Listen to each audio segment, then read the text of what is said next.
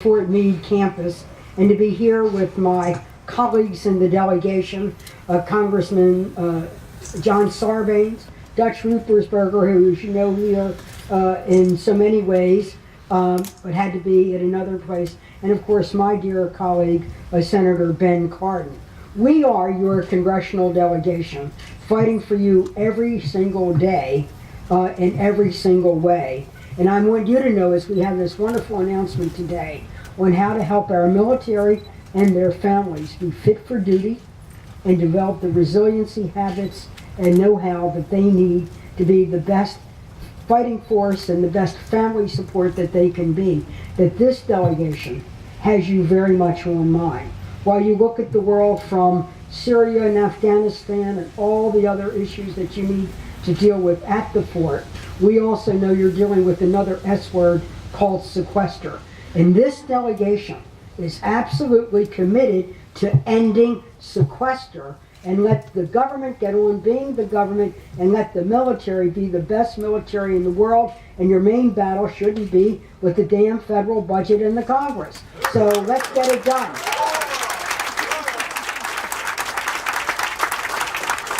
So being here at Fort Meade, one of the largest and most important military bases, I'm just delighted to know that right here there are 39,000 men and women in uniform, their families, men and women in uniform, the civilian workforce, and the contractors who make up for Team Meade. We just think that Team Meade is one of the most important bases that there is. What we're announcing today is this wellness center. Now, wellness centers have a gushy-poo sound to it. It sounds like Dr. Oz meets camouflage. But really, this is part of a very long march that really started with the head of the Joint Chiefs, Admiral Mullen. And Admiral Mullen, as he looked at his United States military, really wanted to make sure that they were absolutely resilient and that they needed to have what he called the total fitness endeavor. And he not only wanted it for the men and women who were the war fighters, but also wanted to make sure that our families and the children of the war fighters also were developing these resiliency characteristics, because they're not only important to the military, but they're important to our society as a whole. And at the same time, for those of us who do look at the budget, who do look at appropriations, saw that one of the fastest growing costs in the United States military was not necessarily our weapon system, but our healthcare costs. And yes, our healthcare costs with treating those men and women who come back, who have the permanent injuries of war, and the men and women coming back from Iraq and Afghanistan who all have the permanent impact of war.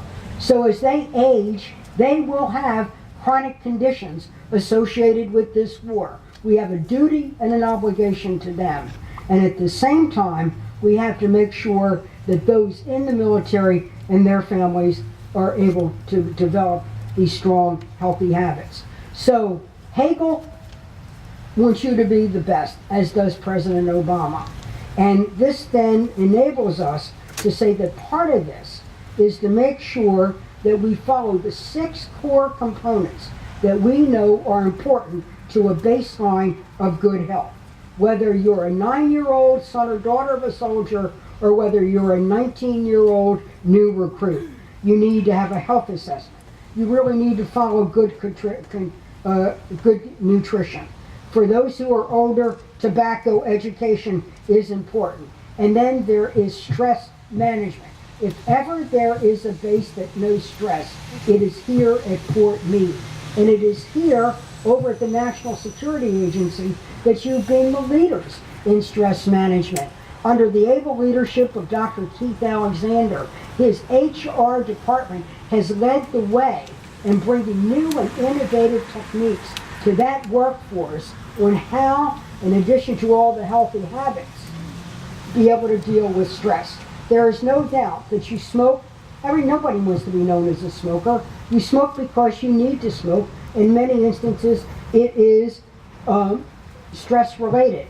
We all know that many people overeat and stress, and I myself, Oprah and I have struggled with the same thing.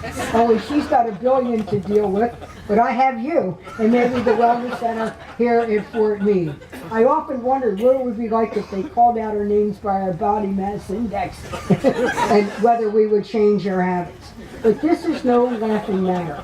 What we hope today is that this Wellness Center provides an opportunity for all of the military and their families here at Fort Meade to have a one-stop shop where they can come and get an assessment, kind of a total fitness assessment about what they need to do to put themselves on the road for health, to be fit for duty, and to develop resiliency. But that, we needed to go more beyond the building and a center. This is where, along with the leadership of President Obama, and then Leon Panetta, and now Secretary Hagel and the Health Command, was to really develop something called the Healthy Base Initiative. This is a base initiative where 13 bases were chosen to see what could be done to develop really base-wide systems and base-wide support and base-wide utilization to make all who live and work on the base as healthy as they could be. Well, Fort Meade wasn't in there. Now, I chair the Appropriations Committee, and I have Senator Cardin on the Finance Committee and my able House members who use their committee and their clout to help you out. And I said, where in the hell is Fort Meade? They've got the best leadership. They've got the best workforce. They have innovative leadership. And I just thought, while we were talking about sequester and maybe a couple of other things that they wanted to talk to me about, I talked to them about you and said, wouldn't that be great if Fort Meade were on that list? And you know what? Isn't it amazing? Fort Meade is on the list.